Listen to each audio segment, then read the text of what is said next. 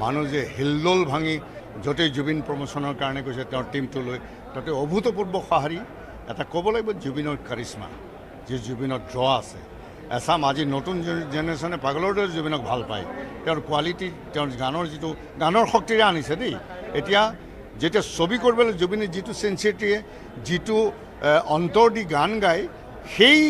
চেঞ্চিটিৰে এখন ছবি কৰিছে ইয়াৰ আগতো কৰিছে কিন্তু এইখন ছবিত জুবিনে সমস্ত পুঁজি লগাইছে আৰু এইখন ছবি সাংঘাতিক আশাৰে এখন ছবি কৰিছে খুব কষ্ট কৰিছে ভীষণ কষ্ট কৰিছে সেইটো আমি প্ৰত্যেক দিনে গম পাই আছোঁ আৰু প্ৰচাৰৰ কাৰণে যিটো জুবিনে যিটো কাম কৰিলে তেওঁৰ টীমটোক লৈ আগতে কেতিয়াও হোৱা নাই এই যে ঢৌ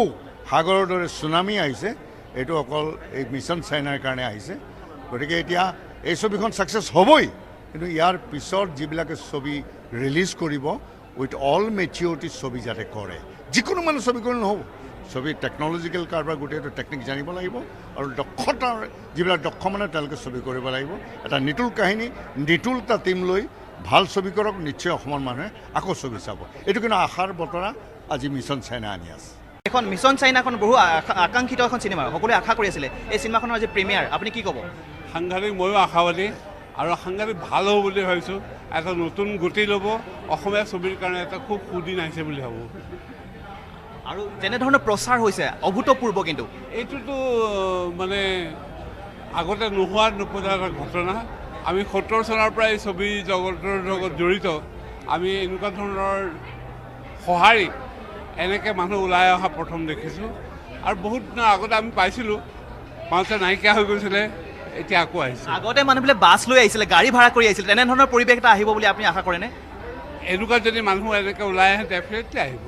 আৰু ডাঙৰ বিগ স্ক্ৰীণত চোৱাৰ পিছত কেনেকুৱা হ'ব নিজে প্ৰথমবাৰৰ কাৰণে চাইছোঁ আৰু নিজৰ প্ৰডাক্ট সঁচাকৈয়ে ভাল লাগিছে টেকনিকেলি সঁচাকৈয়ে ভাল হৈছে নিজৰ ছবি বুলি অকল কোৱা নাই যিখিনি কষ্ট কৰিছে সকলোৱে মানে আমাৰ টেকনিকেল টীমটো আৰু বাকী ছবিখনত কাম কৰা সকলো কলাকুশলী শিল্পী সকলোৱে ভাল কাম কৰিছে আৰু নিজেতো নিজৰ বস্তুটো ভালেই পাম বাকী দৰ্শকলৈ এৰিছোঁ সকলোৱে ভাল পাব বুলি আশা কৰিছোঁ অসমীয়া চিনেমা গোটেই ট্ৰেণ্ডটো চেঞ্জ কৰি দিছে চ' ইমান fast movie technically so' sound photography is so' fantastic acting is very good it's a lovely movie to watch মানুহে চাব আৰু মানুহে চোৱাটো উচিত it's a very fast movie আৰু খুব ভাল চিনেমাখন বনাইছে খুব সুন্দৰ হৈছে একদম এণ্টাৰটেইনিং হৈছে আৰু সকলোৱে ভাল পাব কেমেৰা ৱৰ্ক খুব ভাল হৈছে সকলোৰে অভিনয় ভাল আৰু বিশেষকৈ লোকেশ্যন সাংঘাতিক বিৰাট ধুনীয়া হৈছে ডেফিনেটলি সকলোৱে ভাল পাব খুব এণ্টাৰটেইনিং হৈছে ডিফাৰেণ্ট কাইণ্ড অফ ফিল্ম অসমীয়া ছবিৰ কাৰণে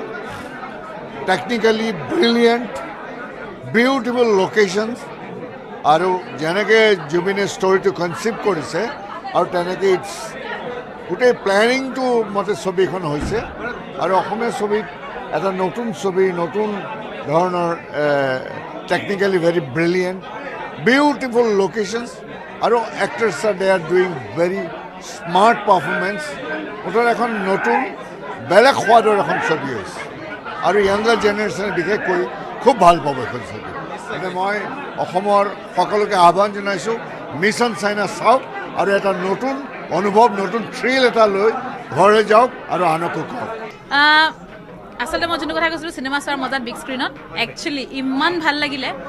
এইটো কাৰণে নহয় যে চিনেমাখনৰ মই এটি অংশ সেইটো বুলি নহয় আপুনি যে নিজে চিনেমাখন ছবিঘৰলৈ আহিব আপুনি চালে উপলব্ধি কৰিব অসমীয়া চিনেমা আমি ইমান গোটেইখিনি এলিমেণ্টছ থকা অসমীয়া চিনেমা চাগে এখন প্ৰবাবলি ফাৰ্ষ্ট হৈছে